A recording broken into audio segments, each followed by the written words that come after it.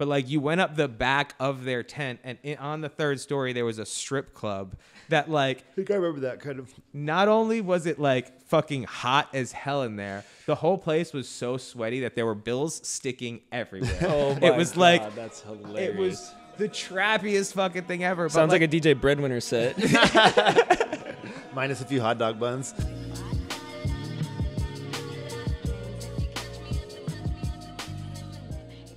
All right, Highrise Podcast, always pushing. Welcome back, guys, to another episode. Today we have our buddy Jon Cappetta, works at High Times. What did for VP of Content? Okay, I wasn't sure the exact title. It's all good. I was going to ask earlier, but yeah, this is our buddy Jon. He works at High Times.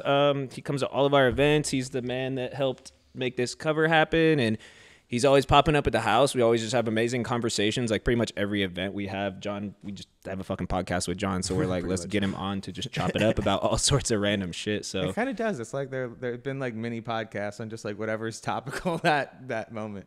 There's only Also, like, go ahead. I gotta say, I do really love that the cover is back here and there's like some branding worked out in the background. Canvases blown up.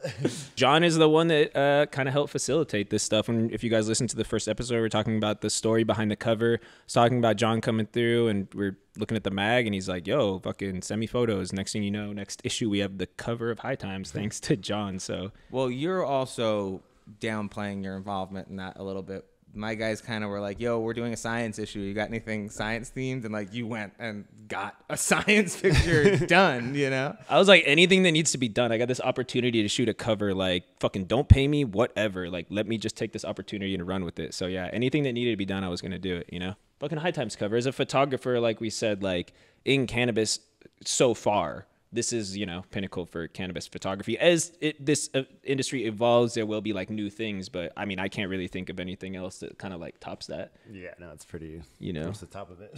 So it's one of those things that like, and I was actually just having this conversation with someone today, like, it's cool seeing your work online. I've written tons of shit that runs online or whatever. But when you can hold it in your hand and like it actually has weight to it, and obviously like this, like when it's blown up like this, it's way cooler. You know what I mean? But still, like even just like holding the physical and like seeing like, wow, like I did this. You know what I mean? Like there's something. That's so lost too, right? Like 100%. It's so lost now with the digital world. Like you don't get print. Coming from as a skateboarder, I was like in the last 411 DVD. I was in the last this. I was the last cover of this or issue of this or whatever. And it's just, you know, like moving into the digital age. It's like, I don't know if a lot of kids will get the opportunity. You know, a lot of creatives get the opportunity to have something in print.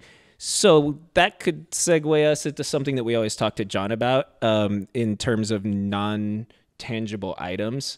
We're always talking to Jon about NFTs. Like every time Jon comes over, he's just spitting mad knowledge of NFTs. And that's something that like, I don't know, maybe you guys could talk about because I've never purchased one, but you guys are both in that world. I want to be clear. I am by no means calling them good investment opportunity. I have definitely bought my fair share, but sometimes I feel like I'm goaded into it. You know what I mean? Yeah. A lot of times it's also the reason why it's so interesting to me is like anything that pays creators and like so we were talking about just 2 seconds ago about like having like physical tangibles of your work. Like you remember like you said DVDs, that used to be a communal experience, right? And like people like you would go and you'd all get together, whoever had the DVD, everyone would watch it together, right? Yeah. And I think what's happening with NFTs is the digital world kind of separated us all, right? Like the same DVD will come out now, just come out on YouTube and we'll all watch it alone.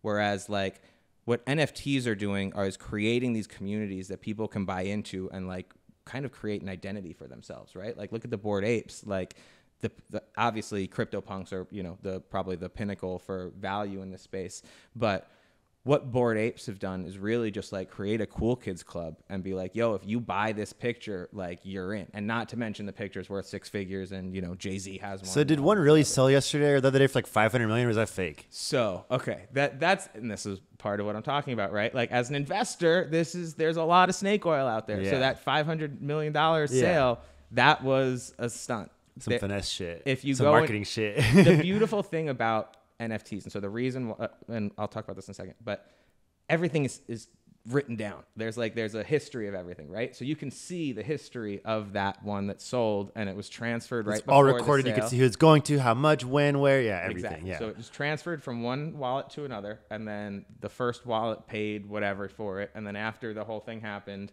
it was transferred back into the original wallet. So like, again, just a stunt, but I'm sure you saw fucking everywhere, $500 million Bored Ape or CryptoPunk, whatever it was fucking everywhere. You know what I mean?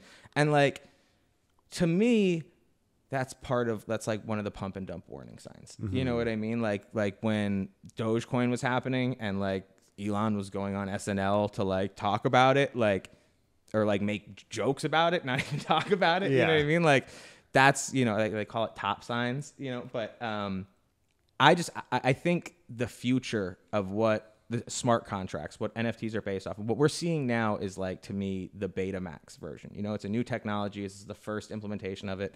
Some kids made a ton of money, so a lot more are trying to make their money. Now there's all this interest, Exactly, but it's the same thing as like crypto, right? Like most of the kids who are really cashing in, they were pretty well off before. You know what I mean? So again, not saying that you should go out and necessarily invest in NFTs, but like I believe that like eventually Nike will be selling their sneakers this way, because like anything that has downstream monetization potential, like it only makes sense that there should be a royalty for the original owner. We do that with music, right? Think about like radio play, right? And like we have those royalties. Why shouldn't Nike collect if you sell a pair of Jordans for $500? So this is what I've been thinking since our boy Zucks dropped the metaverse, is because I don't know shit about it. I've just seen memes and stuff, and like I also don't know shit about NFTs, but is this a world where you're going to be able to buy skin type shit? Like you can buy stuff for NFTs and then whatever, it's like an outfit, or it's a fucking, you're going to buy a basketball court and people can come play on your basketball court in the metaverse. Like I fucking don't know. So, okay, two things. First of all, I'm officially campaigning that we rename the metaverse, because fuck Facebook and trying to just come in and be like, let's like saying like, oh, our new brand name is social media. You know what I mean? Like, no, like that's a sector. You know what I mean? Like, are somebody going to come out and be the cannabis industry? You know what I mean? Like, it's just not, it doesn't make sense. But the thing about, I think that they are missing about the bigger thing, and honestly, probably the biggest opportunity for them, is that all of this stuff is kind of happening in silos right now. So it will eventually be like, you know, I believe one metaverse will kind of rule them all. But right now what's happening is like there's Sandbox and there's Decentraland and there's all of these separate ones that are like selling land and people are building in and stuff like that. And I mean, tons of brands have invested huge money into buying land, and like Atari has a huge plot of land, I think, in Sandbox and stuff like that, like to create the next gen of these things. So it's like the meta world or whatever the fuck you call it. Is like is it almost, it's like the internet where it's like there's like nobody like owns it, but it's like all these people contributing. Well, like think to about it, or like how do you? So yes, but think about it like their Facebook and Instagram and Twitter, and everyone's building shit for these different platforms. Mixed with Farmville or what? Well, so right, like, so right? Farmville is the app inside. So like imagine like, okay, we're talking about, let's say Sandbox, and then you can go to all of these different worlds within Sandbox. That's where the Atari world is. I think fucking Gordon Ramsay made like a restaurant there. But like actually, and so I don't know which one this is in, but like I know there's a guy who bought so much land that he built a casino. And like gambling digitally to me just seems batshit, right? Like I wouldn't really do video poker, let alone like something that's totally manipulatable. You know what I mean? But he's seeing on average around 2,000 people a day, and they're spending about $500 a piece.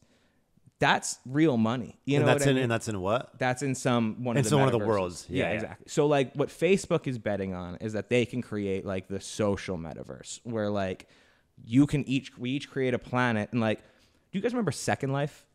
Sounds familiar. Or how about World of Warcraft? World of Warcraft's probably an easier way to explain it. Like that, a massive multiplayer online role-playing game. That's essentially what the shit is. It's like Minecraft, right? Like Minecraft is a good example of what the metaverses are. Kids are already creating their own universes in this bigger landscape, but they have their individual servers where they're operating in, right? This is essentially saying, okay, what if we have... Okay, zooming out a little bit more. Did you see Ready Player One? No. Also sounds familiar though. Okay, so in Ready Player One, yeah, I'm familiar with it. I don't think I saw it's a book, right? And then it turned into... Yeah, we're definitely fucking skateboarders, and we're not computers. Okay, so except for when Aaron was grounded, and that's how he has the ability to build Highrise. Well, there you go. I mean, hey, that worked out. But so Ready Player One is a movie, and there's a game that these guys play, but they all kind of go into this digital game to play it. And the premise of the movie is kind of like the real world has gone to shit, and like this is like, you know, the bright new amazing future because we can't get off the earth, right? And so the interesting thing, and the reason why I think that like that's a good thing for people to watch, understand, and actually shout out to Joey Colombo because he's the one that like kind of originally made this connection for me, is in the movie they explain like there's one of the characters is like building like an iron giant that she then goes and sells to somebody else. All of those things are needed for all of these worlds, right? There are going to be all these builders. There's going to be all of these micro economies of like digital designers and 3D map. I mean, think about like right now, like, you know, if you want to make a toy, you know, you need a 3D model. Someone does that. But like this is going to be a whole industry inside of the metaverse. Now, Facebook is going to metaverse is a huge sign that I was just gonna say this like, is happening. Like it's not going to be a fad. It's going to be the reality. Right. That said, do I think that like most people who are buying in right now, like the whole crypto idea, decentralization of like redividing the wealth amongst people, right? And like anybody should be able to make it, right? I don't think that giving the keys to that kingdom to our already ruling overlords makes sense to any of those people. But, you know, who knows? Like, that's, again, listen, honestly, they own Metaverse now, right? So, like, maybe they're going to just shut down everybody that tries. I don't know exactly what the mechanics of where it's going to happen, but they have more money than God has clouds. Yeah. So, like, they're going to do some really cool shit. And, like, the other thing to keep in mind is like it's introductions for a lot of these people, right? Like if you think about QR codes were around forever and nobody really gave a shit until Apple made it that you can use it on your phone. You know what I mean? Now all of a sudden there's QR code everywhere. That was like a legit 15 years, 20 years that it's been around and people are like, what the fuck is this? And now you're seeing brands put it on stuff. It's the same thing with AR technology. That shit's been around. Like, so I graduated college a decade ago. When I was in college, I had an app called Orisma. And that was like, you could take you'd open the app, take like a $20 bill into your viewfinder. And when it saw like the vector map of the $20 bill, it would cue an animation and it would make something come up, right? So like that's like very rudimentary AR. Once Apple allows that into their camera or Google allows that into their camera and like people like developers can add that map in, all of a sudden we're going to see this huge spur in AR. Right now, virtual reality has just been so expensive for people to build in, right? So like brands, they can invest, but like you have to invest a shit ton in order to get like not really a clear return right now. Once people spend more and more time in these things, brands and all these eyeballs are going to be spending more, and there's going to be more interesting and worthwhile things to do. But like to get back to NFTs and like what people are creating right now, like all of this identity that kids are buying into right now, like these are like the original digital antiques, right? Like the reason CryptoPunks are they can do a stunt that sells it for $500 million and people believe it is because this was the first 10K project NFT. You know what I mean? But forever, they gave CryptoPunks away. People are holding, like the one guy was holding 1,000 of them. You know what I mean? Holy so shit. Like for the longest time, they couldn't, you know, people didn't want them. And now, I mean, the other thing to keep in mind is obviously Ethereum's going up, you know what I mean? So that's got everyone really excited on these things. I'm sure if that shit crashes, everyone will kind of be like, you know, oh, fuck this stuff again. Just like, I don't know, were you in crypto in 2017 when the last pop happened? It's probably when we started getting into it. When I started right around there. Yeah. So Litecoin was at 450. Yeah. Definitely. I got in then, and then I didn't get out. Like in the pop, and everything dropped. And so I was kind of like, well, fuck. You know what I mean? I'm kind of whatever. But I'm not going to sell it because maybe one day it'll pop. Oh, we did get in, but we forgot. That's when we got Doge, and that's when we got. Yeah. That's when I have like $50 in Doge fucking back then, you know. Yeah. Turned into like whatever, $4,000, $4 grand or some shit. I mean, listen, it's so I bought 10 Ethereum when they were $150 each. So like my $1,500 is now like $45,000. So crazy. I was so far in the green, and that when NFTs started popping, I was like, well, let me take some of these coins and like move them over there. And like, I mean, listen, I've definitely found some projects that are like random and like, you know, are I minted them for free and they're now worth 1 Ethereum, you know? So like there's some wins to be had there, but it's 100% gambling. But the thing, to loop back to NFTs in the metaverse, I think what's happening with like Bored Apes and all of these guys, the evolution of that is going to be avatars. It's going to be membership clubs and stuff like that. Like I think the real mechanics that are yet to be unlocked for NFTs is really that fan club token. You know what I mean? Like, okay, buy my NFT. It's like the Gary Vee shit. It's like the Gary Vee shit. Buy the line and you get to have lunch with me once a year or whatever the fuck. Or yes. a private membership club or whatever. Yeah, and you get access to VCon. The second part of that, the access to VCon, is really what I think is going to become more common, right? Because then it's like, oh, you want the hype drop? You want to get it? Like, I don't know if you guys know Shoozy. It's like, this is like one of my favorite new art toys. He makes little like Uzis that look like different sneakers. Fucking amazing. They sell out so quickly. But imagine now if he sold like a bunch, like 100 coins that, okay, you want one, he sells 500 every time. I'm going to have 100 fan club coins where if you own one of these, you have a guaranteed spot to buy one of my toys, right? Now, as he gets more and more popular, all of a sudden people want these coins more and more. Like you're providing a value to people that could eventually sell and get out, you know? The sky's the fucking limit. But like also the metaverse is like, okay, well, we can do all of that on your computer and you don't need to, you know, ever leave the house or go to a real world event or go to a store to buy anything, right? So like, you know, everything's about to fucking change. Yeah, you can either choose to live in the metaverse or go to Mars with Elon.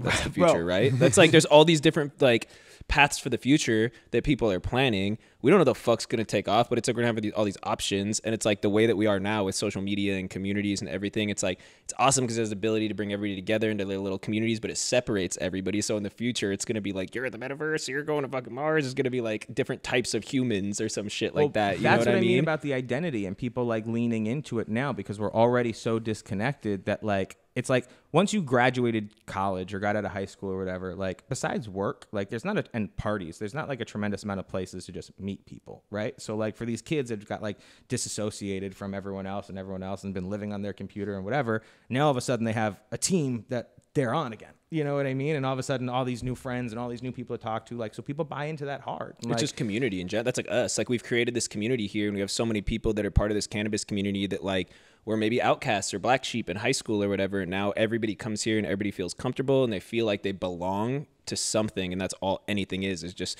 everybody out there. We all fucking want to just be part of something, you know? And like, whether it's your club, you're like into NFTs and you're into the fucking Shoozies or you're into like the dudes with the masks, gangster dudes, whatever you do have. I don't know. Oh, you got G-Balls? Yeah. Bro, that was my first one. That was just like, I didn't even know anything. I was just like cruising, trying to just like learn shit. And I was like, I just bought it because I liked it, honestly. I was exactly. Like, his work is it like so seemed dope. like it was hyped and it like, I thought it was dope. And I was like, cool, whatever. Like, it went up like 3 ETHs in one night. Yeah, it went up, from like, 1 pretty ETH fat, to like fucking overnight, 12 grand. And then it went down a little bit and now it's just kind of been chilling. But so yeah, I got a, what's the other one I got? Dirty Bird. Oh, wow. Okay, yeah. I got gifted a Dirty Bird, so I got 2 NFTs right now. Hell yeah. I mean, listen, what I would say is like so many people do like airdrops and stuff like that like it's so easy to set up a MetaMask. Just make one. Yeah. And like worst case scenario, somebody like, honestly, the way I got into it was my buddy was making a bunch and he was like, yo, set up a wallet. I'll send you some shit. You know what I mean? And like, I will say gas was very cheap back then. So it was like, you know, you could afford to send it around to everybody. I minted somebody's thing for free the other day and it cost me $400. Yeah. It's like, how am I spending $400 for something that's free? Yeah. You know what I mean? No, yeah. But at the same time, like it was my homie. I wanted to support him, you know, whatever. And so here we are. Yeah. I'm just pissed that I didn't give him the $400, that it went to some fucking internet god. You know yeah, right. Like, the blockchain. The blockchain. Has my money now. Yeah. So let's break open this Pixie Stick and see what happens. So what is this guy? Pixie Stick. This might be a little bit more of a pain in the ass to open, I think. But these things are amazing, guys. So Pixie Stix, it's a pre-rolled joint, and instead of using a paper, it's straight hash. It's water hash. It's like iced water hash. It's super. I don't know. It looks great. We've rolled some hash joints where we use like a fat slab of hash to wrap it, and it's just kind of a shit show, and it falls apart, and it doesnn't work, and then. Everybody's always tagging Pixie Stix. I'm like, yeah, I know. We haven't gotten our hands on one yet. So we're really excited to check this shit out. Well, he uses real wax to seal them too, which is dope. Don't get me wrong, but it's also just like much harder to open. But the experience is so worth it. You're going to be stoked. So we see these things. I've been following these dudes for a while on IG. It's Pixie Stix _ official, but I think it got deleted. He has a merch page up. I was trying to find it earlier.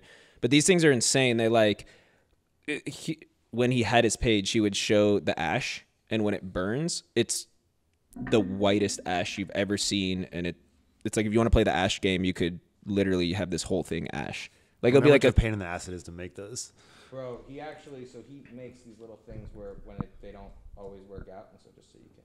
Damn, thing's crazy. Check it out beforehand. Dude. Like sometimes it falls apart in his process or whatever, so he makes like these little... the little bong rip ones or whatever? Yeah, exactly. That's fucking crazy. It's like perfect. Dude, it's insane. I've been seeing these things for like at least a year, and I'm like super excited to... There are a bunch of legal ones coming to market, and what I will say is they just don't hit as good. I'm not gonna... I don't want to call out any brands, don't want to talk any shit, but like there's... The traditional market has always maintained its grip. It's kind of a thing, yeah. This is nuts, man. That's gonna murder all three of us. It's got YS11 flower in it and RPC hash. I don't know what RPC is, but we're gonna smoke it anyway. All right, well we'll see where this conversation goes once we smoke this, because this thing's gonna be heavy. But that's rad. Did you pick that up north? Mm-hmm. So what did we just have? We just had Halloween. So we just had a Halloween party that was one of our biggest parties of the year. Probably our biggest party of the year so far. Yeah, I think that was the biggest one of this year for sure. It was like 250 people in the house. Wild and Aaron did a little DJ set for 20 minutes. My second breadwinner performance. It was definitely the most turnt the living room has been in the year and a half that we've been here. Yeah. I'm very bummed I keep missing the breadwinner set because I see the pictures and it looks so lit. It's so ridiculous. People were like, dude, that was a really good, coming up to me like, dude, he killed it. It was a really good set. I'm like, did you see him push any buttons? Like, he didn't push a single button besides the... Yeah, but he has the time of his life. Yeah. I got the technique. Dude, it's so funny. Shout out to DJ Boney for holding it down. My secret weapon. How was the Halloween party? It looked pretty crazy. It somehow went off without a hitch. Like, we were stressing, dude. We had like 800 or 900 people on the guest list. Cut that down to like 250.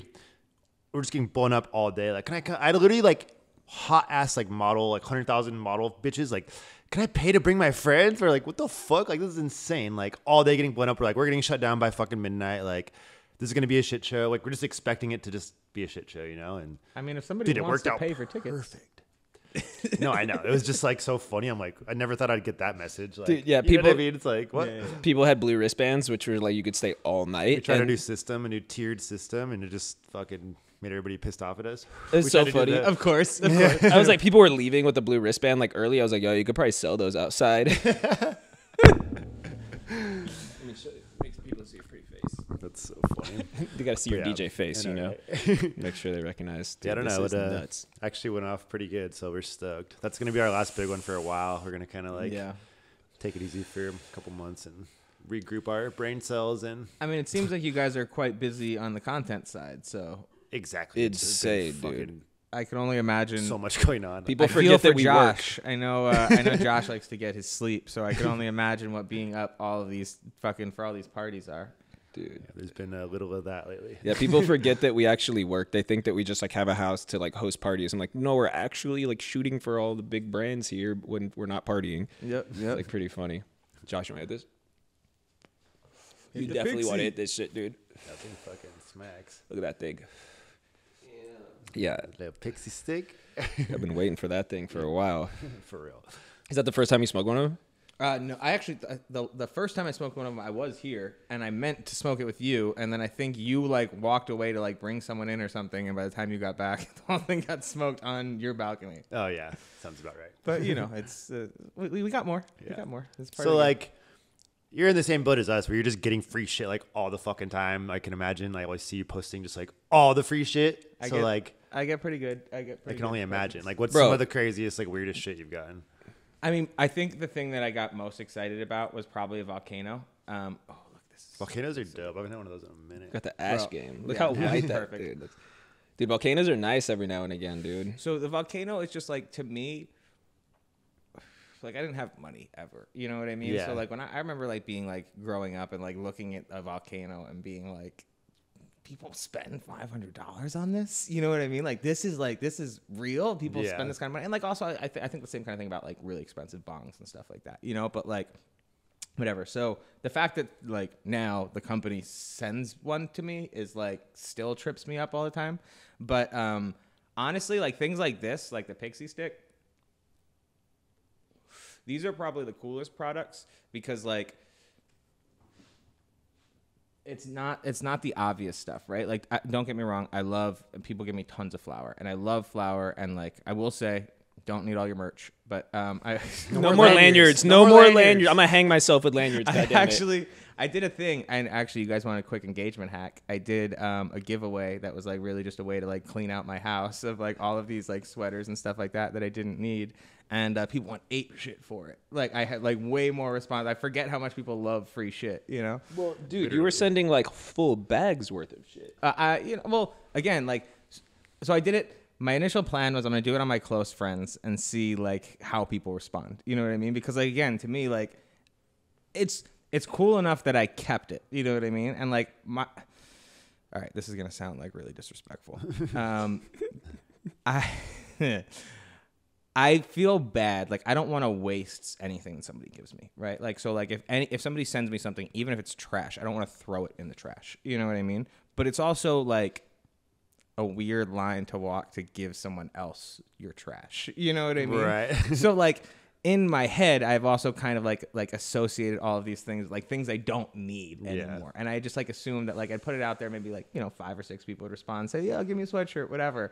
And like everyone in the thing was like, yeah, like, do you have any hoodies? You got any, like, whatever? Like, somebody hit me up asking for 3XL. I was like, bro, they sent this stuff for me. You know what I mean? Like, no offense, but like, I'm just not a 3XL. And like, I don't know if they even make promo shit in like 3XL. You know what I mean? I was like, but I'll send you some grinders and fucking like, rolling trays and shit. They start placing custom orders with you and shit. So honestly, the funniest one I got was somebody asked me for art stuff. And I had like, you guys ever get the drops from Canna or Kana, however they call it? Edibles? I know they just did a post about, it's Kana, isn't it? They did a post about like people who say Canna a red flag, Oh yeah, so, like a little emoji sorry thing. guys. But they sent me this thing one time that was like a little tiger, like their logo, and like a paint set. So like I had the perfect thing to give that kid. I was like, oh okay, you want some art supplies? Perfect. No problem. Here you go. What are some of the things that you use like on a daily basis? Like, what do you got? You got like a dab right or just some random shit that you're like, you fuck with? I'm a flower guy. So like I'm always rolling joints. And like this is kind of sacrilegious because I know, everyone loves like the cleanest, thinnest paper or whatever. I still smoke big bamboos. Yeah, you got the orange, huh? Orange zigzags. Every time I smoke a joint with John, it's always the OGs. It's, yeah, well, like, so, okay. I will say, actually, when we talk about East Coast, the hardest thing for me to wrap my head around when I got out here is backwoods, bro. Backwoods are so thick. They look so sloppy every time. Even if you roll it well, like I'm a Dutch master smoker. Dutch masters. Our blunts were always clean. You know what I mean? Like it was like a stick. It looks like a fucking stick. It's polished off at the end. You know what I mean? So like that was like a hard to get my head around, but that was also like only in the past 10 years or less. No, but Woods is literally like the past like Woods is Swishers when I was growing up. It's been since we've been doing Highrise. It's been since like the Orange Office. It's been like 6 years that people have been. It's only because the rap songs of the Woods. Like before that, it was Swishers, Optimos. You couldn't really find Dutches out here. I think it's honestly all of the, and like Packwoods is obviously probably the most notable, but all of like the Bearwoods, whatever woods, that's kind of the thing that I started seeing more, I think. Because, like, again, like, I also, when I first got out here, wasn't hanging out with people who were smoking backwoods. You know what I mean? Yeah. Like, I mean, honestly, most people who I were hanging out with, like, I was the one smoking. You know what I mean? Like, no one else really was. The girl who I moved out here with, she was, like, I don't want to call her drunk. She definitely wasn't drunk. She worked in the alcohol industry. So she was just much more comfortable drinking, and I was much more comfortable smoking. I have always loved the convenience of lighting something and like just like being able to go through it, right? So I've always been a joint smoker. I just like having it in my hand. I've gotten a ton of glass. People have given me, like all sorts of cool, like even like you, what'd you mention? The dab right or some dab right. shit. Yeah. Like I'm assuming you get everything. Like you're the dude at High Times that. So we're saying this because John's a dude at High Times. He writes all the articles and shit. If you guys go to the website, he has a John Stone Cold 316 or 16 list or whatever, where he's always doing the review. He does a bunch of reviews. Yeah. So actually, wait, you want 316? you want a funny story? You guys ever watch Aqua Teen Hunger Force?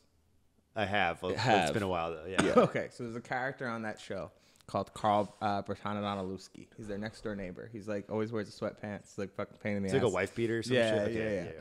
So they did a cross promotion years ago for the NFL with SportsCenter, where they'd do Carl Stone Cold Lock of the Week of the Century, and he'd come on and he'd make a football pick that week, and like, you know, for like people placing bets, and it was always fucking hilarious. He'd always like, you know, just like trash talk like some team or something like that, and it was really funny. So when I was going to do the list, I was like, what am I gonna call it? Like, and like the quarantine list was just fucking stupid, but like, again, the purpose of it was just like, High Times events have always been marketing opportunities for brands, right? Like that's really been the biggest value prop of them. Get in front of an audience and like show them what you got, because like historically, it was always the bud tender, right? Like the brand was never communicating with the actual end consumer besides like through social media or whatever.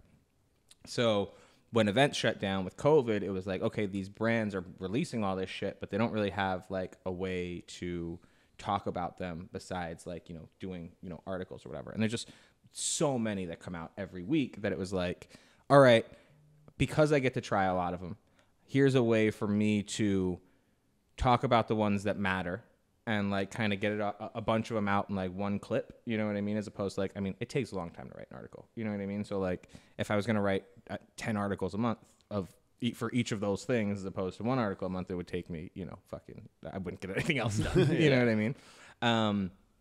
But it became like this thing that people wanted to be in. You know what I mean? Like, which I wasn't expecting. I was just like, you know, kind of trying to shout out like, thanks for sending me weed. Like, this is the shit that I like the best. You know what I mean? And you see on the story, like I try and post everyone who sends me anything on my story, just so that it's like, even if I don't like it, you get like a little pat on the back. Right. You know what I mean? But the cop list is like, all right, these are like the things that like I really think are the best. And like, yeah, I get to try a lot of weed, so, you know, I have a pretty good palate. But like, you know, I try and not think with like my ego. So like trying to believe that anyone else thinks that is like, you know, strange for me. Yeah. So once I started it, like it became like, okay, now everyone is sending me shit. That's how Jay-Z, that's how fucking Monogram got me. They're like, oh, would you do this for the cop list? You know what I mean? I was like, yeah, fucking, if you want to send me some weed, I will. And because of it, I've gotten to also create relationships with some of the guys who, like Pixie Stix, who probably wouldn't have been so out there about like trying to promote themselves or tell their story or whatever. And it's awesome because, I mean, like I know you guys work with Wizard Trees, for example. I got an interview coming with Wizard Trees. You see all these, and all these people seem like, you know, by the time you hear about them, they're already on, right? Like it's not like whatever. And I feel like with Instagram culture and like, you know, like the highlight reel that social media is, people kind of like, you know, like little kids growing up today just kind of like want to be influencers or whatever. I don't think they have to do anything. So like, I think any opportunity to kind of inspire through other people's, you know, wins is like beneficial for humanity, just because like, you know, we need more people understanding that like, you know, this guy didn't just say, hey, I'm going to start growing weed. And then his first thing of weed was, you know, the top of the mountain. That's what me and this dude always talk about. It's like we watch so many podcasts and all this shit because it's like we want to see like how other people did it and like see like their experience. Like you just can learn so much from other people like coming up, and like everybody goes through so many different things. It's like, for sure, that's like a huge thing that we're especially what we're all doing here is like what we're all doing hasn't been done in this lane, and we're trying to pave it. So we don't know what the fuck we're doing. We need to watch other successful people and like study how they do it in their lanes. And cool, let's just take all of our inspirations and like put it into cannabis and marketing, media, you know, content, everything that we do, because we don't know what the fuck we're doing.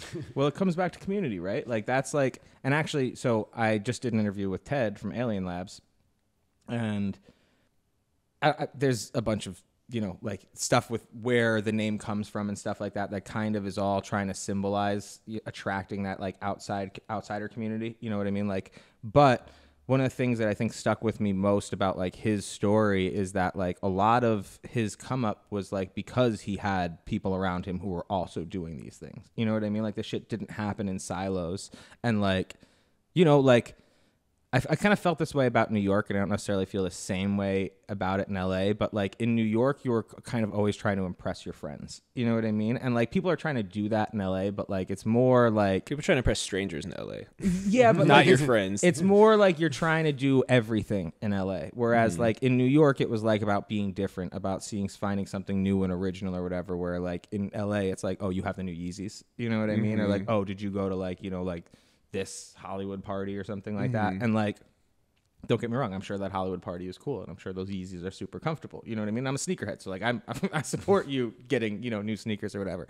But like, I feel like where I come from, it was about being different so that you can have your own voice. You know what I mean? I feel like there's less of that out here because everyone's trying to fit in instead of be different. Exactly. Have the same voice. And be cool and not step on toes and not, you know, and like be agreeable and be cool and go with the flow. And then you go to New York and, you know, the traditional thing, even, you know, since I was a kid, everybody's like, you go to New York and you like ask for directions and people are rude. It's like, I grew up and I went to New York to skate a bunch, and I'm like, oh, motherfuckers, if they miss this train, they're gonna be late to work, dude. They don't got time for you. They don't owe you, and they don't owe you shit. And like, that's the thing, but also you're a tourist. But if you have someone there who you know or something like that person's gonna go out of their way to help you. You know what I mean? So like that's the same thing. So but I think I started to say this with Ted, but like part of Ted's thing and like one of the things that he said that really stuck out is like NorCal shared its tech. You know what I mean? Like as people were advancing things, like they were showing each other because they wanted their community to be better. So like, you know, like we all wanted to be different in New York, but like if somebody said those are dope shoes, I tell them what the shoes are. You know what I mean? It's not like trying to like hide it. Like you can't like, you don't get the drip. You know what I mean? So it's, I don't know. I feel like that, especially with what you guys are doing, like just with the house, like obviously with the content and stuff like that. And I will say, just to kind of blow you guys for a second, I think what you've done to elevate the content game, the whole industry has benefited from, because, you know, a lot of people are just taking, you know, just bud shots of like live plants when it's, you know, easy to cheat, number one, but also just taking shots. You know what I mean? Like anybody can get a light box, you know what I mean? But like, I remember you guys did like some bullet zooms through donuts and shit like that. And I was like, this is like, I feel like I'm in a donut world. You know what I mean? Like it was fucking money. So like, I think that like, that I know comes from like you guys working together and like building off of each other. You know what I mean? And like, I don't know. I just think there's something special about that. And like when it's seen, it should be celebrated, because it seems like we're moving further and further from those kind of things and more into like the division of social media. And like, not that I want to shit talk the metaverse, but like I think it sounds like a dystopian future of us all sitting behind computers in our individual houses and not doing these things together, you know? Facts. That's like the opposite of the type of people that like we are. You know what I mean? Like me and Aaron, we're the kids that grew up skateboarding in the streets. Like the only time he's on a computer is when he's fucking grounded all the time, you know? Or like I was on a computer. Which happens. Because I was editing. I was editing the skateboarding that I did during the day on my computer. Yeah. So it's like how we did all this shit is just by being out. Like the metaverse, like, okay, we're gonna have to learn this shit because we're gonna be fucking old and need to know how this shit works. Yeah. But like, by the way, if there's any kids that are out there that are like in their early 20s that know this shit, and you guys want to intern for Highrise and lead us through the fucking metaverse, fucking bang our line. Web3 devs, because we gonna need that. Show Uncle Aaron and Derek how to use the fucking metaverse. But yeah, that's gonna be a scary dystopian future for sure.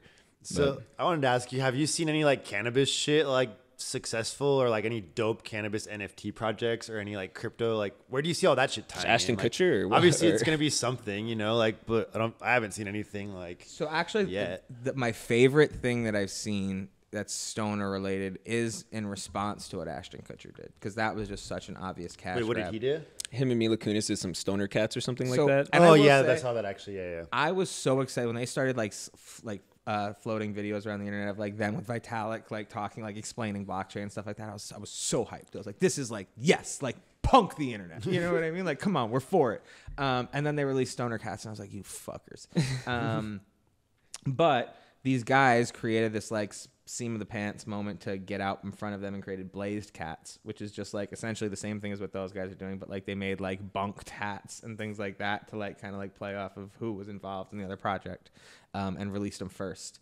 And like those guys are constantly like actually evolving the tech, right? Like they're playing with like metadata refresh. So like for Halloween, all of the NFTs got Halloween costumes. So like you can refresh so you can, like, your update shit. them in real time or some Exactly. shit. Yeah. Exactly. So like that kind of thing is like, again, you're part of this community, but like you're also like, okay, zooming out for a second, because I don't think I said this about NFTs, and like the ones that I have purchased, the reason why I've purchased them is either A, because I thought like, oh, this might be something that pops because like the right people are talking about it, or B, because there's like some sort of function.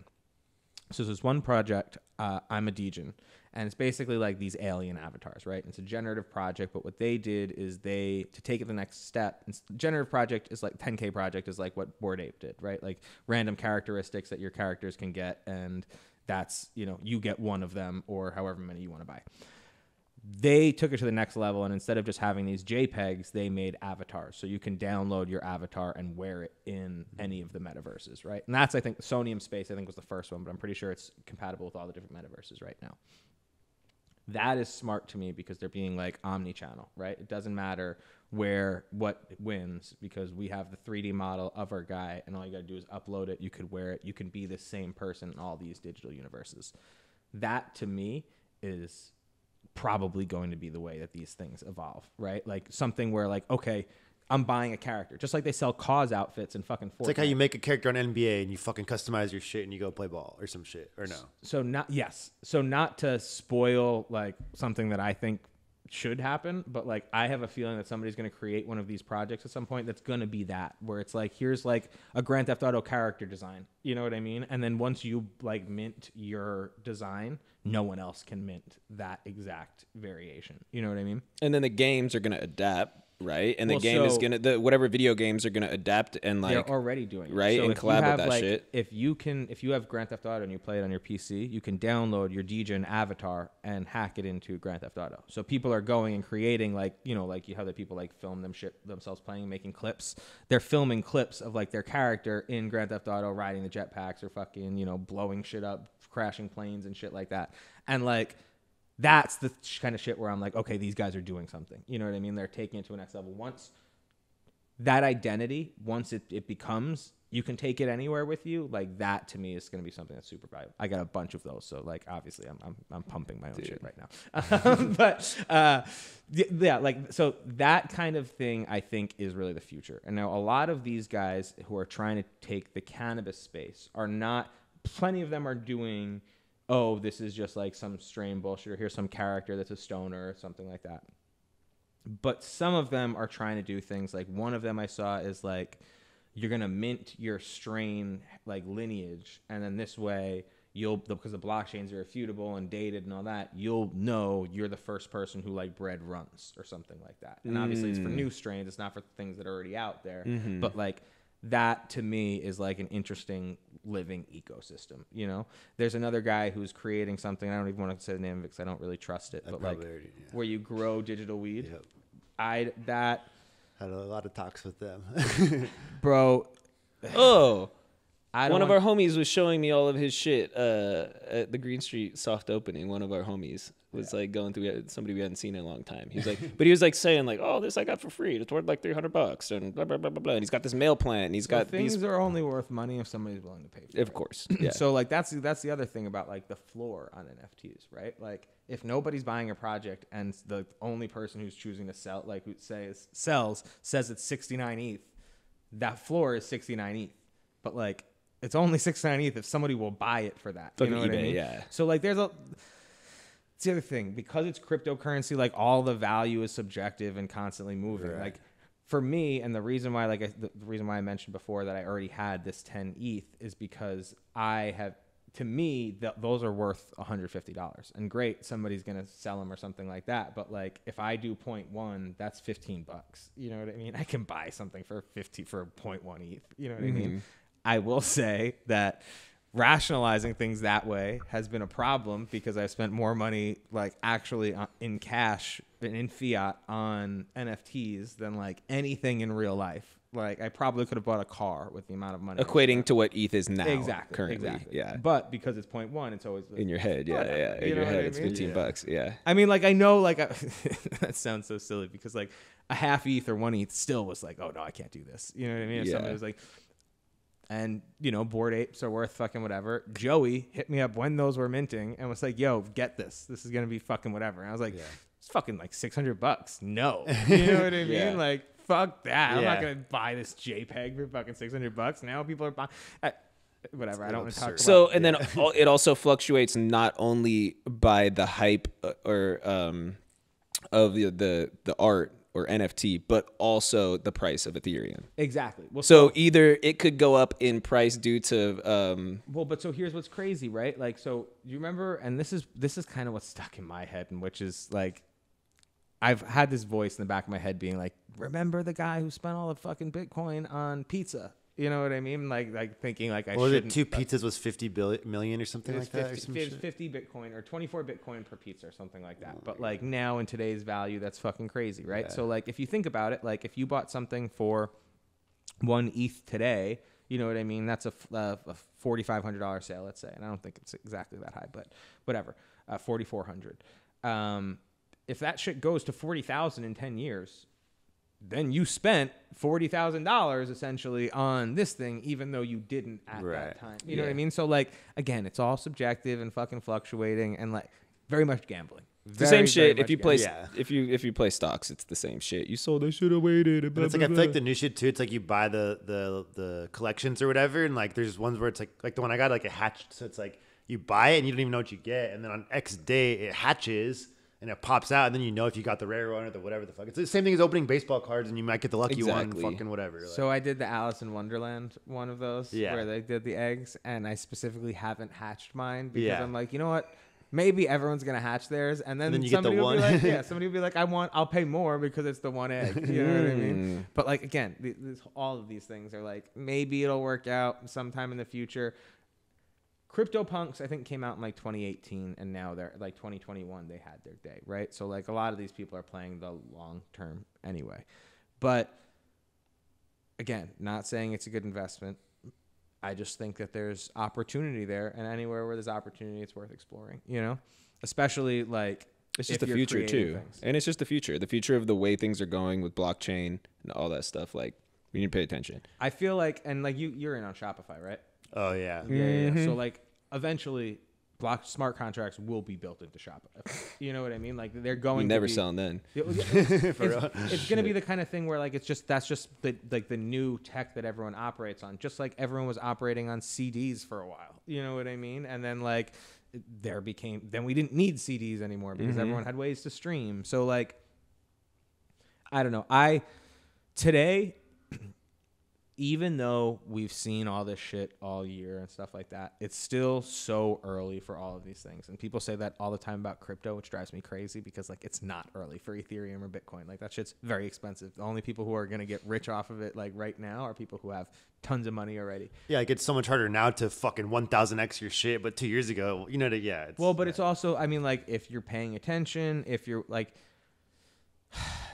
we talked about this with Doge. I don't know what I said earlier, but like, that's a classic pump and dump. You know what I mean? Like that shit's supposed to be illegal. Are you going to get in trouble down the line if you participate in something like that? Like that's the kind of thing that like I worry about. And like, I don't know where like, you know, everything's going to net out, but there's so much money to be made on these shit coins. Like half these things. I feel like specifically more so for the shit coins. Like those, I even fucking fucked around with a couple of those and like, it was insane. It's literally like, it's just like, it was interesting when I really went into the back end and I could see like, oh, wow, I can see every sell, every buy. I can see how much, everything. And it's the same concept as selling merch. It's like you see the orders coming in real time. It's like you pay the influencer to promote it. They promote it, they sell it. You get the orders on the back end. Only difference is they're just manipulating it, running up all the money and pulling the rug out before whatever. Like, so do you, did you ever use Coinbase Pro?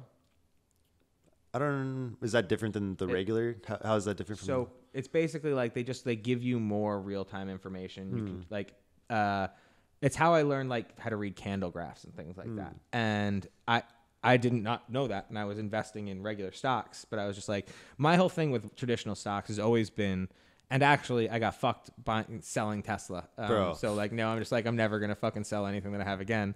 But I've always been like, it's better for me not to have cash. If I have cash, I spend on stupid things, right? So like I started buying art initially for this, and then I started buying stocks so that it was like, all right, I'll put fucking a couple $100 into Apple because I know Apple will be around forever. Or not forever, but like if Apple's dying, it's not going anywhere. But also if it's dying, I will know about it. I'll have time to get out. We have very similar perspective. It's like the same way I fucking look at it. Like my number one thing was like, shouldn't have sold. Like I had Tesla at like $50, dude. I had fucking Fiverr at like $15. I had like so many like that would be 20, 30x that I just sold. Like when did you sell Tesla? 3 years ago. No, but he rebought it and he's still Gucci. I bought yeah, but I also had it at 50 something. Yeah, dollars. before the split in 2017. So that's the thing. I sold at like 888 before the split, and I was like, this shit's definitely going down. And it split at like 900. The world is fucking closing. Then it split at 900, and fucking it was 5x for everybody. And like whatever, it was shitty. Yeah. It was shitty. But again, you never know what you don't know until you fucking learn the lesson. Exactly. Right? So like I learned that the market always wins, and shut the fuck up and let it go. Just when you need the money, then you pull it out. You know. Yeah. Buy when there's blood in the streets. Yeah. What'd you say? Buy when there's blood in the streets. Well, right? Buy when there's blood in the streets, and also like there's an old adage about like when your taxi driver and like like the fucking shoe shiner start telling you about a stock to buy, like that's time to sell. That's when it's You know what I mean? That's some New York shit. Yeah. We didn't have taxis. yeah. I mean, you guys got Ubers out here. Now we do, yeah. Well, yeah, but they're trying to get you to listen to their mixtape or hire them to fucking act or something. Dude. So what brought you out here? Was it cannabis? Were you working in cannabis already? No. My uncle lived in Venice when I was a kid, and he passed away when I was in 7th grade. But when I was really young, like this was like always like a vacation spot. And I remember being like, people live here, you know what I mean? Like this is life for people. So I always wanted to come out, but life happened. I honestly didn't really ever think I would leave New York. But California was always a dream because of legal weed and all that shit. And then I was dating a girl who I'd been with for long enough before gay marriage had passed, actually. So we were technically domestic partners. Thank you to the gays because that worked out for me. And her company was moving her out to LA. And so they offered to move me out as well. And I didn't have to pay a fucking thing and got to move to Los Angeles. So I was like, all right, fuck it. Let's go try it. And she did not like it and went back to New York. And I was not going back. So here we are. And did you work for anybody before High Times in cannabis? Yeah. So not in cannabis. So when I was in New York, I was throwing shows, and like that was like by the time that I got here, I had been jaded to that. I had like been going out all the time, so like for so many years that it was like I wasn't even really going out anymore. I was doing like everything I had to do online, and then like, oh, here's a wiring account. You know what I mean? Which is like not the best way to do that business, but whatever. But so I had come out to LA and I was like, fine, I can still do that for a little while and I'll figure out something, cool to do out here, whatever. I ended up linking up with an agency through this weird series of events, but the guy who owned it, like, ended up becoming my mentor. Like his name is Jason D'Amata. He runs Fabric Media. And I learned basically the ins and outs of the media business, but the role that I served for the company was more like originally entertainment specialist, and then it became kind of like the hacker. And I don't mean hacker and like I was fucking hacking websites or anything like that. Like hacks, like figuring out like what the shortest path from point A to point B was. So things like this one, LinkedIn was like just starting to like pick up steam, and they had started doing LinkedIn originals where like you can write a piece on LinkedIn and like they'd publish it as an article. So we hacked together this plan where we would we'd ghost write a piece for our clients and then advertise it against their sales sheet. And so like anyone who they try to sell to, we would first get them to engage with the post about them saying something smart and then have them call, and it like ended up helping them close sales, like, 60% increase, something like crazy.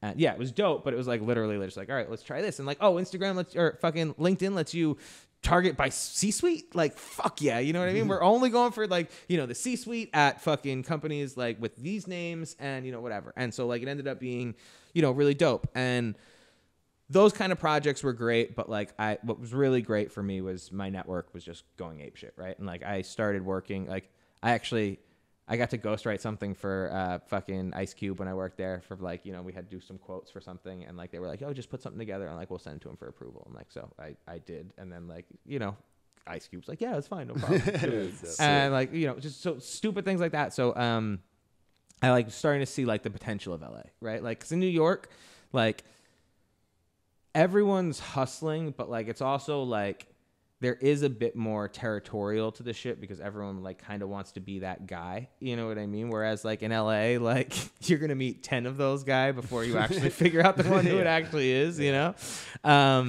So it was just, I don't know, it was really cool, and I ended up meeting the people who eventually led the acquisition of High Times. Okay. And so when they bought it, I had showed them just a ton of weed shit. They knew me as the weed guy already.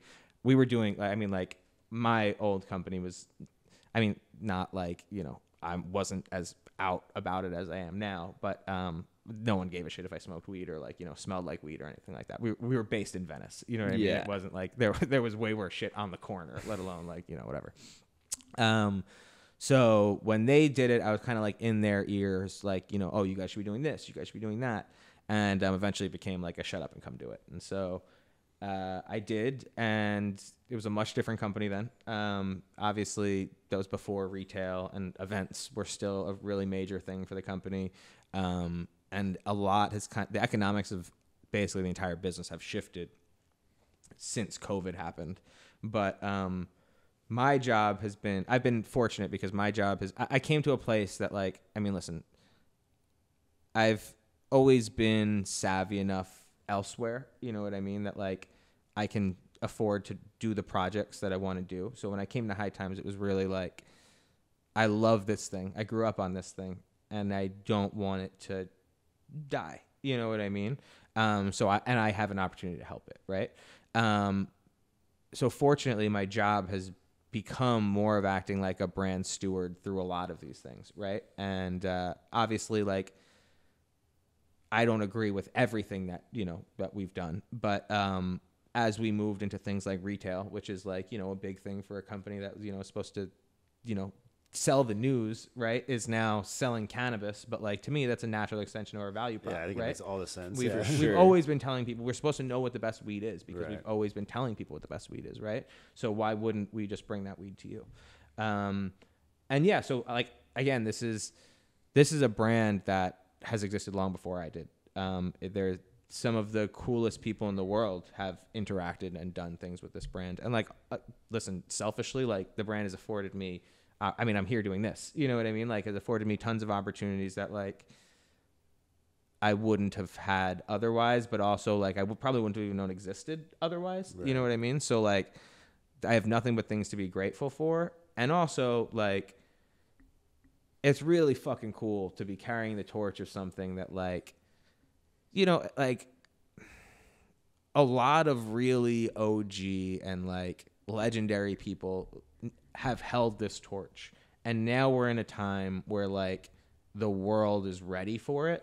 So like, it kind of just seems like you couldn't have a better view of everything. And like, listen, I'll be honest. Like I imagine one day I'm probably going to like start a cannabis company or work at a cannabis company or something like that. But like, I really love, and like one of the things I loved about being at an agency was like being able to work with all sorts of different people. When we come back to community, like it sucks if you got to just like worry about selling one fucking brand all the time. You know what I mean? And like, obviously like you guys, like, you know, you're always Highrise, right? And like I'm always High Times, but like I get to hear stories from everyone. You know what I mean? I get to talk to people all the time who've been in jail or shot or like whatever for this plant.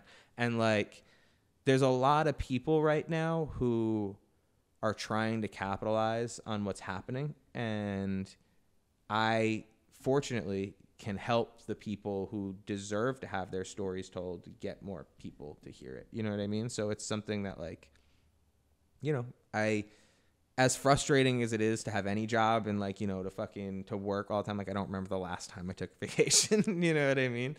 But it's, I do feel like I'm kind of like fighting the good fight all the time. You know what I mean? Print is hard. You know, like we fucking put out a magazine every month. Like that's like hundreds of pages. Yeah, that's a you know what I mean? People don't realize like the turnaround and how fast shit happens. I know we put you through the ringer with that one. You know what I mean? Like a lot of this shit. Our first conversation to this thing in my hand was less than 3 weeks. Yeah, there you go. You know what I mean? Like how crazy from him being like, yeah, and then getting into the emails with Jamie and Steven, and then me going to shoot it was like to print 3 weeks. Like so crazy. It's the thing that like I think a lot of people forget too is like we don't have a big team. You know what I mean? It's not like there's like fucking like one person in the office working on each issue all year or something like that, or even thinking about like more than 3 or 4 issues down. Like we create like this is what the year is going to look like. You know, things move and shift around. Like for example, the High Times 100 issue is coming back because we're going to be doing the High Times 100 event again. But that's tied to the event. So like right now I have it slated for early this upcoming year. It might get pushed back a little bit given how, you know, the world is and how crazy things are right now. But, you know, who knows? It might not be. And that's top 100 brands or top 100 people or something? What is it? It's 100. So it's not ranked. So it's 100 honorees of like the leaders of the cannabis industry. I see. So there's always like some, you know, celebrities and ballers on it. There's always some. I think I remember seeing that or getting an issue of that actually. Like I think we had one. Well, so it's not brands. It's just like in general. I mean, it is brands. I mean, listen, most of the reason that most of these people are on it is because they're the CEO or founder. Yeah, of like Al so-and-so. Harrington or something like that. Al Harrington is almost definitely going to be on it. He's going to be on there for sure. Seth Rogen will almost definitely be on it. I see. You know, and listen, also like, you know, people like Ted from Alien Labs or fucking, you know, Burner from Cookies. Facts, you know what I mean? Like, it's really, these are the people that not only are most visible, but are like pulling all the strings and making things happen. Right. And honestly, like, obviously you guys know this, like a lot of this stuff, especially in this industry, is not only incestual, but like, similar to what I said about LA, there's a lot of people who say they're doing things. And then like, once you like dig a little deeper, there's like really like 2 or 3 guys that are really doing it for everybody. Right. You know what I mean? So like making sure those guys get their day is like what that's really about. Mm-hmm. Yeah. And it's cool too, because like, I mean, listen, part of the reason why we talked about Clubhouse.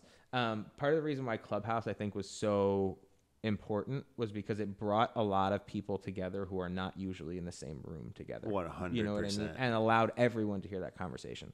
High Times 100 is that in real life. You know what I mean? Yeah. It's like, it's Hall of Flowers is another great example of this. I mean, I know you guys were there. The people that come out for that event is like a lot of people who you don't see anywhere else. Mm-hmm. You know what I mean? They're working all the other time. High Times 100 is definitely that. And it's also like the night when like everyone kind of lets their hair down a little bit. So like, even like, you know, at Emerald Cup and stuff like that, like people party, but it's like, you know, not like whatever. Like this is like, I don't want to trash talk any event, but like, let's say like a Vegas after party is kind of like what High Times 100 is, but at a club in LA. Yeah. You know?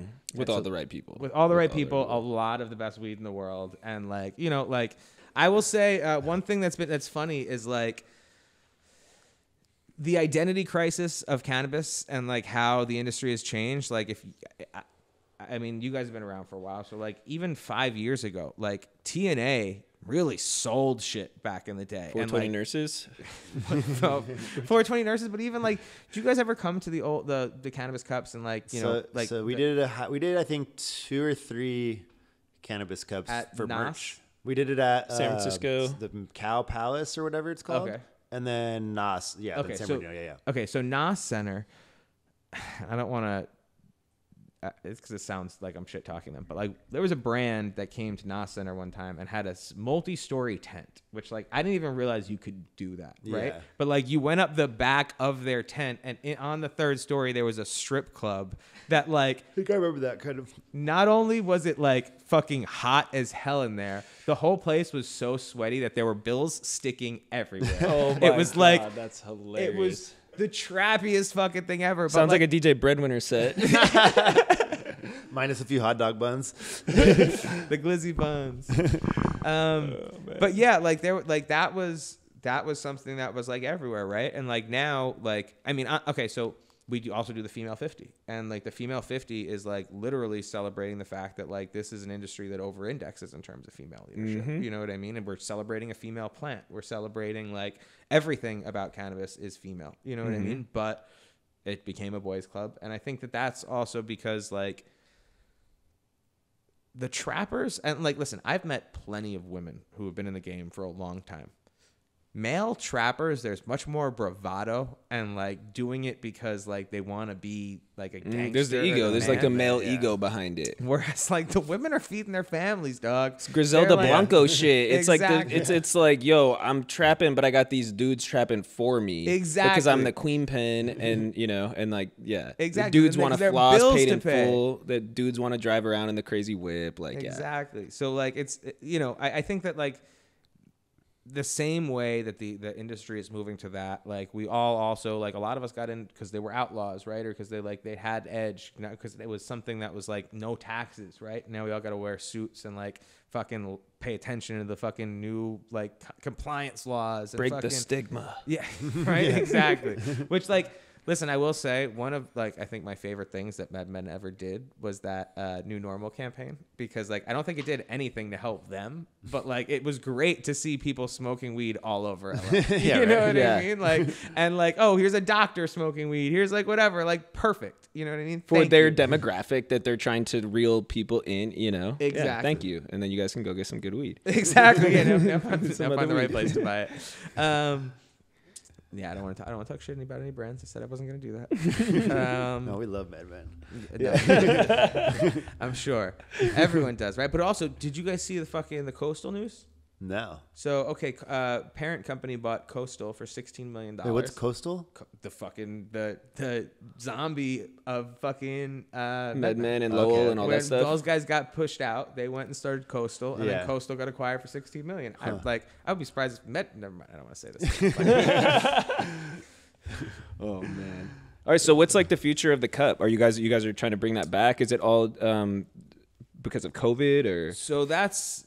Well, so you guys know you're helping us with the cup nowadays. Well, yeah, you guys have like the digital virtual. Yeah, so that's so listen, I said this before, but like being like a brand steward, right, and trying to figure out like how High Times evolves into this new thing. One of those examples has been People's Choice Cup. That was just so that everyone understands how it works. The way the Cannabis Cup used to work is it was just like hand-selected judges. There were like 10 to 15 judges per category. They each got a kit per category, and then we're like, hey, like this is, choose the best. There's 5 categories or 5 ranking things. Each has like 1 through 5, and then you have an area to like put in some notes. When events shut down, the end of the Cannabis Cup always had the festival where we would announce all the winners.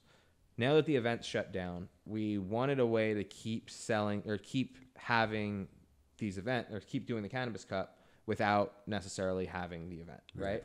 And so that became, okay, well, if we pivot and instead of doing like weed snobs choosing all the winners and make it like real consumers, we can put this in dispensaries and make it something that's a retail item that all of these brands we can get together, we'll coordinate the kits and then give them out. And it's something that like actually provides a real market read as opposed to like this is like the weed snob read, which like listen, like I joke about this all the time, and like obviously snob is not the nicest thing to call people. I call myself a weed snob, so I hope no one out there listening thinks that like finds that offensive. But we talk about inside baseball a lot. You know what I mean? Like I complain that something that releases is also gelato, and like the end consumer has no fucking idea what I'm talking about. Yeah. You know what I mean? So like trying to keep that in mind and like in perspective as we think about who the winners are or what the future of this competition is, because like again, like I know who I think the best people in the cup are every time, and like they don't always win. You know what I mean? And like I don't have an axe that knows better than everyone. You know what I mean? But like also like these are when we do it this way, it's a real the people who are actually going out and buying the weed. It's the consumer award exactly, for sure. Are crowning it. I think that's a great concept, honestly. Yeah. I think that's the point, is that like I don't think that's ever going away. Right. You know what I mean? Like that's it. Not only is it a great like revenue opportunity for the brand, but it's just something that like engages people. You just include them, and it's like exactly. So like actually we talk about like community, right? But like I've been talking to brands, and like about 710's List. So kind of. How does that work exactly? It's their direct consumer option. So basically like they have like a fan club where every time they have a new drop of stuff that's coming out, it's really, really dope if you like their products. Anytime they have a new drop of stuff that's coming out, they offer it to their fans first. So it's like, hey, this is all of our new hash. What do you guys want? And like most of the stuff sells out before it even gets to retail. which is dope. Like they dropped their new Percy pods, their solventless pods, and like that, like you basically only get it on the list because they're so fucking hot. You know, and how do you get on the list? You just buy shit or sign up or what? You got to sign up. I know there's a waiting list for it and stuff like that. Like if you want to get in, let me know. I'll take care of you. Cut the line. But there's tons of people waiting who like try and get in, but they roll it out by areas at a time, right? So it's been in LA for a while. I know it's in NorCal. But what's great about it is like now you get to like engage your consumer in a whole different way, right? Like, and you also can cut out anyone else working with them. You know what I mean? Not necessarily working with them. You still need, someone who's going to deliver the shit, whatever. But like you can control that whole experience. When we talk about like marketing funnels, right? Like making sure like the best way to ensure a conversion is to control the whole process, right? And so like I think a lot of people, zooming out a little bit, a lot of people look at things like Instagram or Facebook as like their conversion tool or like or as their audience holder, right? And like really like those are walled gardens, right? Like we are renting audiences in those in those places. To get shut down, your page gets deleted. Like, where's your people's? Exactly. So what it really is the top of the funnel, right? The awareness generator. So like every brand, in my opinion, should be doing everything they can to pull people off into some other ecosystem. This is probably the least intensive. It's like essentially an email list, right? But like now you get to turn all of the people who like love your shit and basically say, you don't ever have to smoke anything else. We'll get you the best shit that you can have. You know what I mean? And what do you think that does to your fans? Like Die hard. Yeah, not just fans. They're like, these fucking guys make sure I'm fucking laced up. I love 710. And then they feel special because they're getting this exclusive shit. I'm on the list. They're I'm part getting of the yeah, game. exactly. Yeah, you're on the list. Exactly. Like the branding on it was smart too. Yeah. Like that's key. And I think, listen, there's all sorts of other potential that this opens up, right? Like once brands really start playing with this and like start bringing kids into like pheno hunts or like the selection process, I guess, pheno hunts. There's all sorts of ways to turn people not just from consumers but into walking billboards for you. The same way everyone wants everyone to wear their shirt because they think like that's going to get other people to smoke their weed. Like what's going to do more than that is getting people actually talking to their friends about your shit. And if they help you decide what's going to go in your jar, they're going to tell every fucking person that they know that they helped you with that decision. You know what I mean? Thanks. And like what better, like, again, what everyone's trying to do with influencers, right, is like create spokespeople. But you know how it is with most of these kids. Like they're just like, they want to post it. They want to be a billboard. They don't want to be a fucking like a salesman. This is generating salesmen. You know what I mean? So I don't know. I think that's super fucking interesting and probably going to be something that we see just continue to evolve and more brands do it. I actually think that like retailers are going to need to figure out new ways to compete with that space because like even like Amuse has a white label platform now, right? Like so that anybody can go direct to consumer through their delivery service. Some brands, like if you look at like what Jay-Z did with Monogram, like I know that they're sold in Kaliva Place or whatever, but I think their long-term goal is they're not going to need to sell anywhere besides their mailing list, right? They're going to create a funnel, or they're going to create a well. That's where it's all going, yeah. Exactly. Just they're going to have a well of people who every time they want to smoke, they want to spend $150 on a joint. And like the same way with Ace of Spades, right? The people who buy Ace of Spades are not champagne connoisseurs. They're fucking status whores. So like let anybody who wants to get that fucking Jay-Z weed pay for it, and then they're in the ecosystem. Then they don't need to exist anywhere else. They're just like they're a fucking I don't know what the fuck it's called, but like a fully included ecosystem. Yeah, and then they can like market their other brands to them because they have all their info and data and shit like that. Exactly. And that's also like again, then you really have an audience, right? Because like that's the other thing. If you just have followers, like what's gonna happen when you lose your account? So funny. It just goes back to email lists. So that, it just goes back to 10 years ago. It just goes back to 10 years ago, back to email lists. It's like literally pull the fucking people off of fucking social, get them real life, get them on email, get them on text, get them on other platforms where it's more secure and safe and long-standing. And it's not like, well, let's talk about removed that in 1 second, like. I think that's the bigger thing, and that's why I think the metaverse is so interesting to people like Facebook or whatever, is because what's next? Like we're watching Instagram and Facebook collapse on itself, right? Like even if you're being legal you can't get the same kind of engagement. But this happened, like, you fucking probably remember this. Like, I was throwing events on Facebook in like 2000. Same thing happened to Facebook. Same exact fucking thing. Yeah, eventually they, once you build an audience, eventually like cut us in. Well, we can't cut them in because they can't take our money right now, right? But like, it's bigger than that. It's their whole fucking fighting misinformation campaign, and like, how are we going to stop like the ultra right or ultra left from spreading misinformation? How are we going to stop the COVID anti-vaxxers and deniers and shit like that? And like, we are just getting roped in because like we're also like the drugs and malicious content guys, you know what I mean?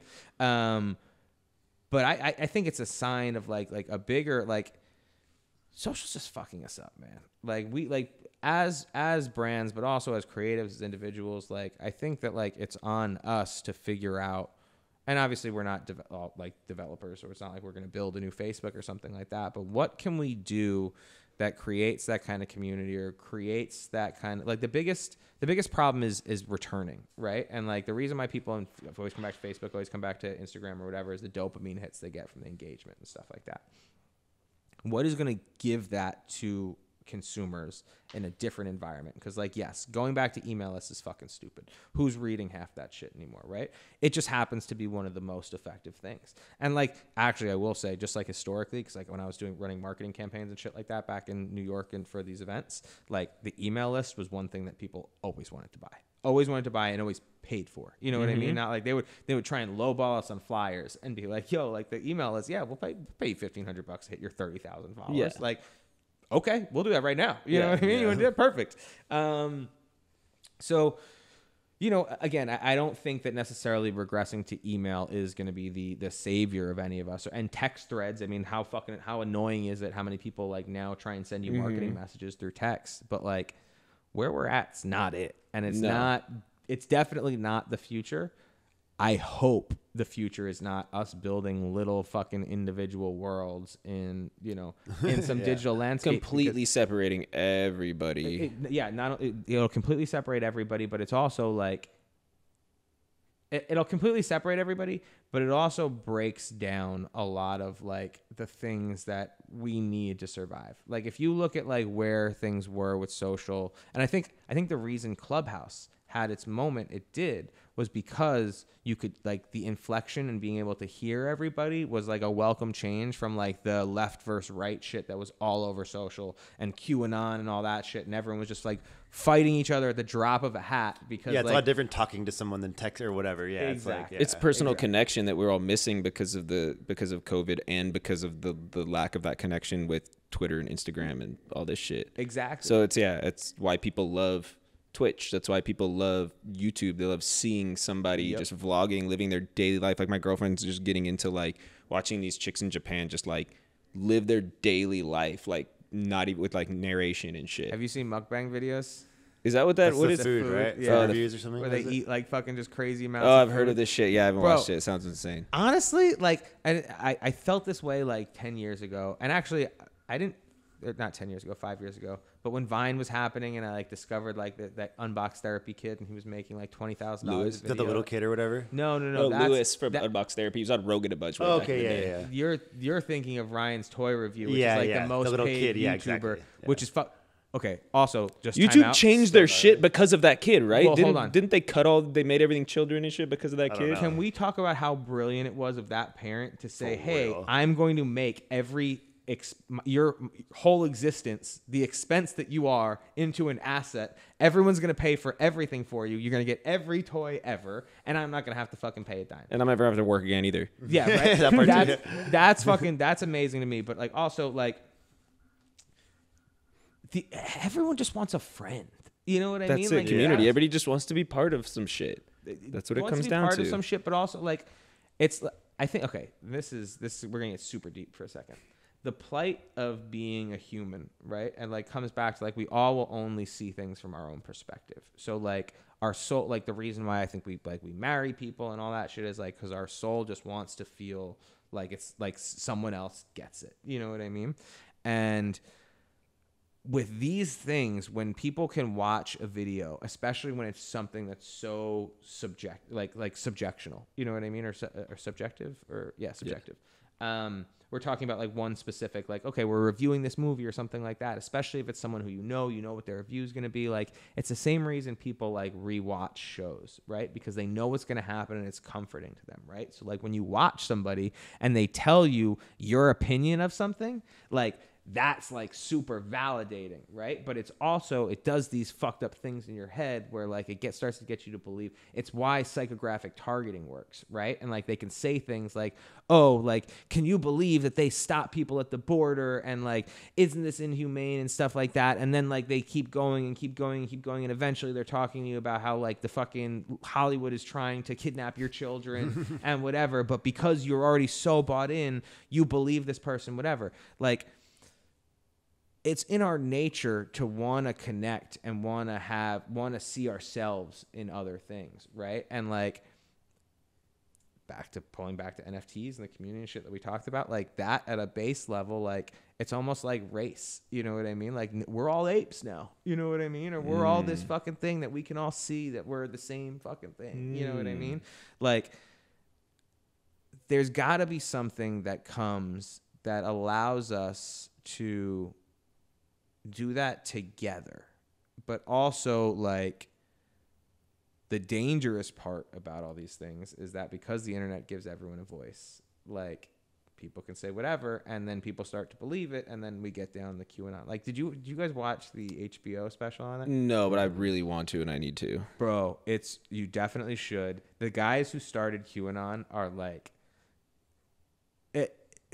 I don't want to talk shit about like people's appearance or whatever, but like, they live in their mom's basement and they're like 42. No, one of them is super rich, one of them is his kid, and one of them is like this weird developer guy that they got. And like, they all look like they would do some weird shit like this stuff. Yeah. You know what I mean? Like, definitely, like, they're trying to be not part of society. Yeah. Even in their real life. Like, one dude is like super into anime and like fucking swords and stuff like that. Another dude, like, you could tell is like, has some like weird, like, he talks about it a little bit in one of the episodes, but like just some promiscuities, and like he lives in the Philippines. It's like, I wonder what exactly those promiscuities are, you know?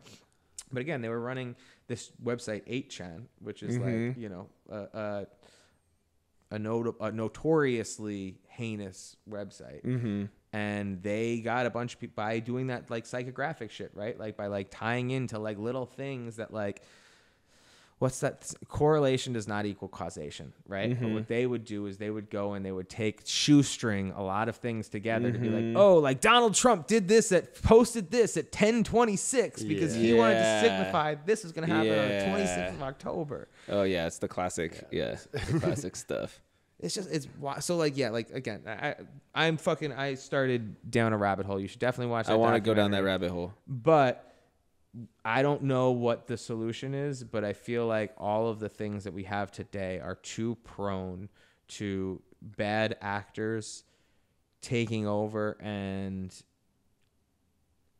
I don't want to say promoting violence or anything like that, but just like, until we get to a place or a platform where the policing doesn't need to happen because people are able to see through the bullshit, like our shit as cannabis community is at risk because we're just going to stay on that fringe level of acceptance. The other thing that we got to remember is we're never going to be safe for kids. And like all of these platforms are made for teenagers, and not only made for teenagers, but they're focused on their longevity, right? So like getting the youngest people hooked is the most important thing for them because they have the longest life ahead of them. You know, we got maybe 20, 30 more years and then we're fucked. Like, you know we're like, I mean? might adapt to the next platform. Exactly. Maybe we might die on Instagram. Are you guys on I already TikTok? feel slow. Like, I feel like I'm falling behind on all We're this not. shit. We don't fuck with it TikTok, because we I can't barely do figure weed out. shit. Like, Even like, well, I don't know. TikTok, bro, like that shit is crack. Like the way that so didn't that just take over to YouTube technically as number one or no? The most view, the most watch time. That wouldn't surprise me because like they're short loops, right? So like I think Vine probably rivaled YouTube at the time too because it was the 6-second things. You know what I mean? Yeah. And that's also like look at how this shit has changed just over the last 5 years, right? Like, do you guys remember Vine? Like that was like it's like 6 Vine was seconds. just a fucking hiccup. It was like here for like a minute and it was out. It was a hick. I mean, they got acquired for a shit ton of money, but you know, it was quick in, quick out, right?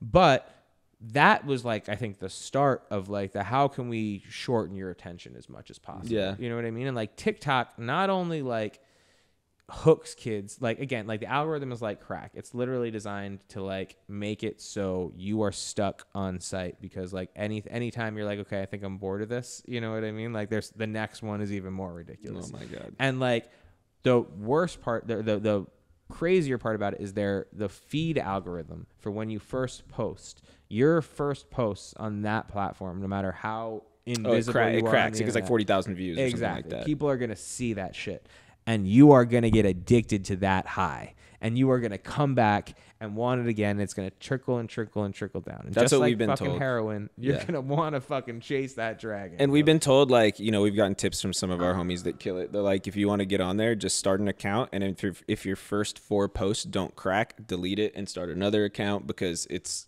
meant to have your shit crack in the first 4 posts. So just if you don't get a couple 100,000 views, and delete it and just restart it. But for us, we've tried it. We do cannabis stuff, but it's like a majority of the stuff we do is with the plant and with the flower, and you can't post anything. And it's like we already have so much shit going on that like we don't have time to post the skits that have to do with cannabis that don't show any of this stuff. So like we just really haven't. We have the account so nobody takes our name, but we're not like. Well, you don't want that traffic anymore. And we have plenty of shit to do. It's like our thing is balancing like the brand work we do at the agency with creating our Highrise content. And you know, there's so much brand work that we have to like pick and choose what we want to do with Highrise. And it's like, you know, we got the YouTube, we got the IGs. Let's just like run that shit up for now. We're also in this world now where everyone's engagement chasing, that like I think we've lost the art of like curating your feed. You know what I mean? And like making sure that this looks like a portfolio for your business, as opposed to like just some bullshit memes of whatever's funny right now, so that kids will like your posts. That's what we tell our clients. We're like, well, now it doesn't matter anymore. That's what we told our clients before the shadow ban. Like, do you want your feed to look professional, or do you want to get views and followers? Because you can't do both, because you could post the dope nug shots and the flat lays and make your shit look really nice, but the dope sunset photo of someone smoking silhouette is not going to get more views than somebody putting 5 joints in their mouth and smoking it with their iPhone, you know? So it's like, we'd always tell our clients that same shit. Do you want professional, or do you want the hijinks, or the engaging, the memes or whatever? And nowadays we just gave up, and we're like, with the shadow ban, like we're posting whatever. We're doing all this shit. We know we're not going to get any views. We're going to do this like Halloween trailer that was like super fucking dope of Kimmy killing all of us. That was we know hilarious. It's like going to come out, like we're just doing it to see if we can do it, and it's fun, and it's only going to get 1,500 views, but our homies are going to see it. It's going to get 50 comments with 1,500 views. And, you know, you can tell, like, we have a community through our engagement. It's like, we know our views are going to suck, but, like, we don't do it. Like you said, we don't do it for the views. We're doing it because we love creating, and we want to put it out to the people that hopefully can see it. But in other industries, they would call that a loss leader, right? Because, like, that's marketing for your shit. You lost money producing it, right? But then you made off of the actual event. So, like, there's that. But also, like, I know it's easy for people to chase the like, oh, we need to do whatever's hot right now so that we can say, look at TikTok, right? Like the whole world will do whatever dance is popular right now because they want to run after whoever's being popular. That world is always going to exist. There's always going to be the Me Too's. There's always going to be like the look at me's. You know what I mean? But like nobody.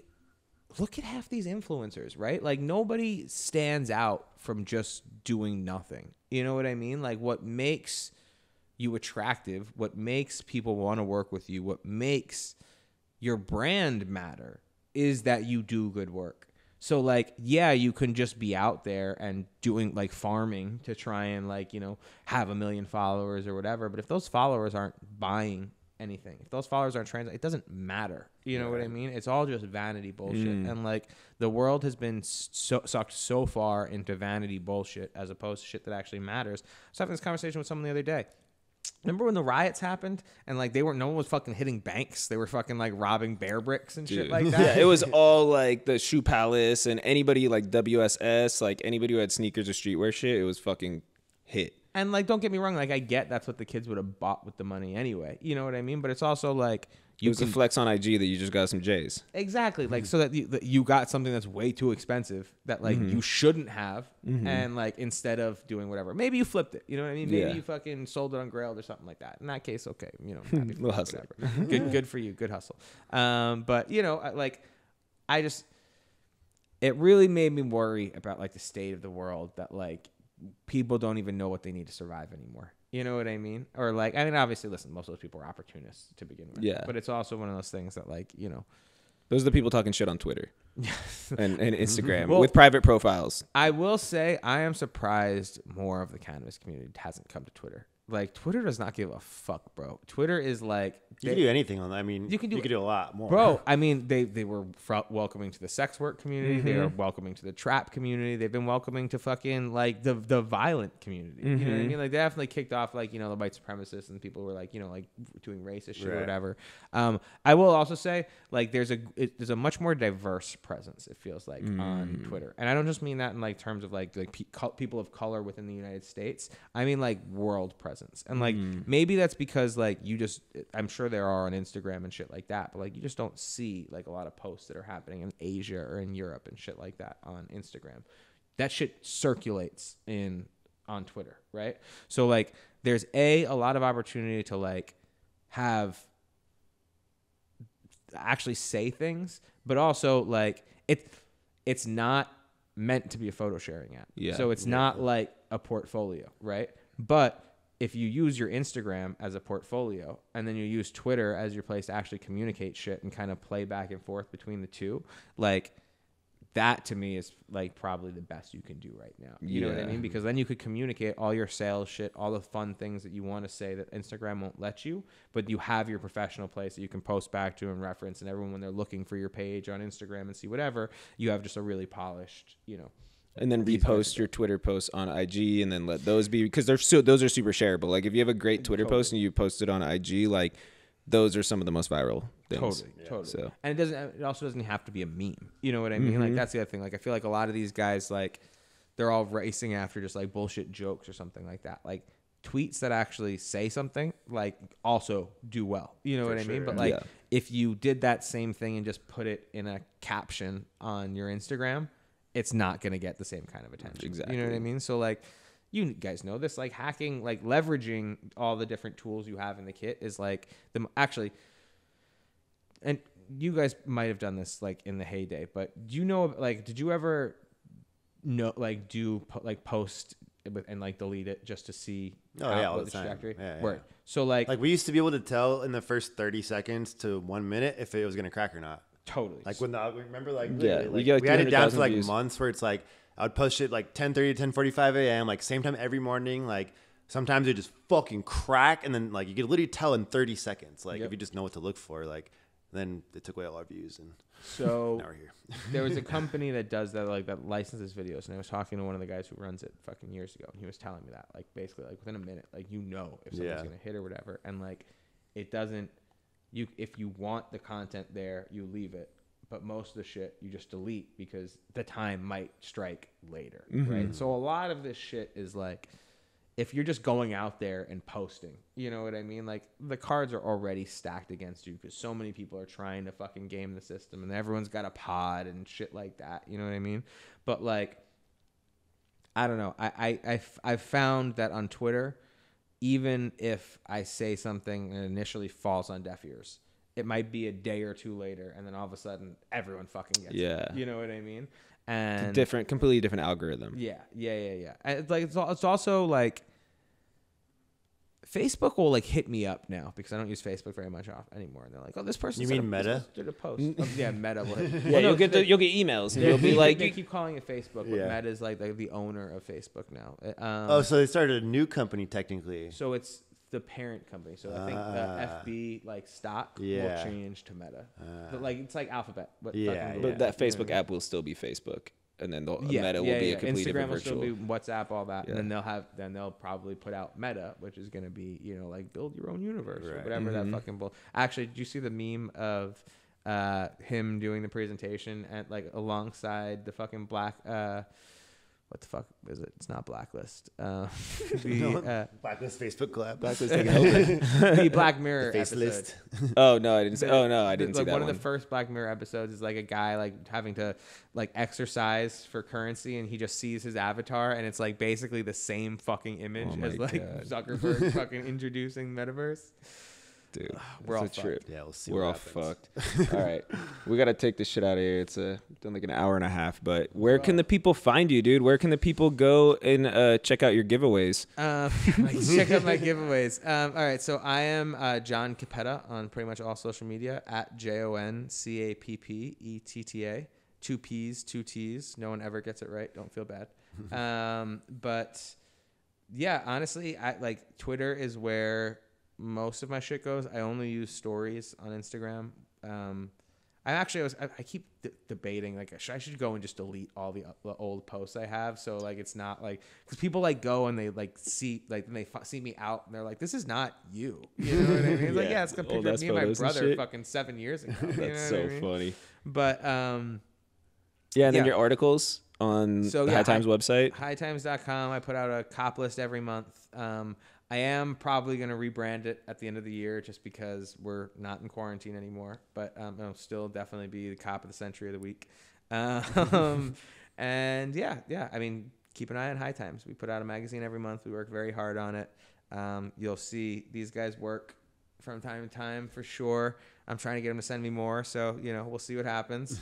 And yeah, our .com is always fucking kicking. So, you ever need some cool information about weed or just someone to help you sort through the bullshit?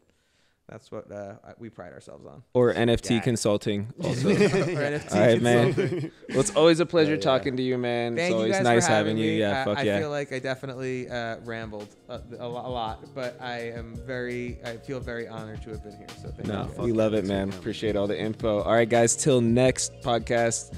Keep pushing, keep rising. We out. Now we can really smoke, right?